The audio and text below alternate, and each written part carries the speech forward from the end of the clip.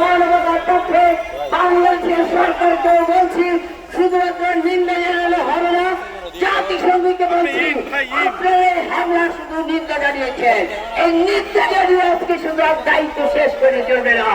জাতিসংঘের পক্ষ থেকে বিভিন্ন জাতি এবং রাষ্ট্রের আত্মনিয়ন্ত্রণের অধিকার পক্ষে যে দেশগুলো আছেন, স্বাধীনতা সার্বভৌমত্বের পক্ষে যে মানুষগুলো আছেন, যারা সাম্রাজ্যবাদী এবং চারণবাদীরা এই যুদ্ধের মাদনার বিরুদ্ধে, এই গণহত্যার বিরুদ্ধে যারা দাঁড়িয়েছেন, তাদের সবাইকে দিয়ে ঐক্যবদ্ধভাবে একটা সংগ্রাম আন্দোলন গড়ে তুলতে হবে এই চারণবাদী ইসরায়েলিদের বিরুদ্ধে।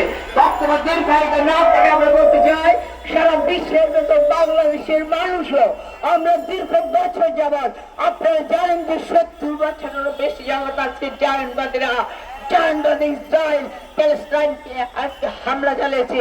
সবচেয়ে ন্যাক্কারজনক ব্যাপার হচ্ছে, আপনারা জানেন 25শে জানুয়ারি ট্রাম্প যখন নাকি মার্কিন যুক্তরাষ্ট্রের রাষ্ট্রপতি হিসেবে শপথ নিয়েছে, এরপর সে বলেছে গাজা থেকে গাজাকে খালি করে দিতে, গাজার মানুষদেরকে বাস্তুচ্যুত করতে, এবং সেখানে তিনি বিভিন্ন রিসোর্ট, বিভিন্ন বিনোদন কেন্দ্র করবেন।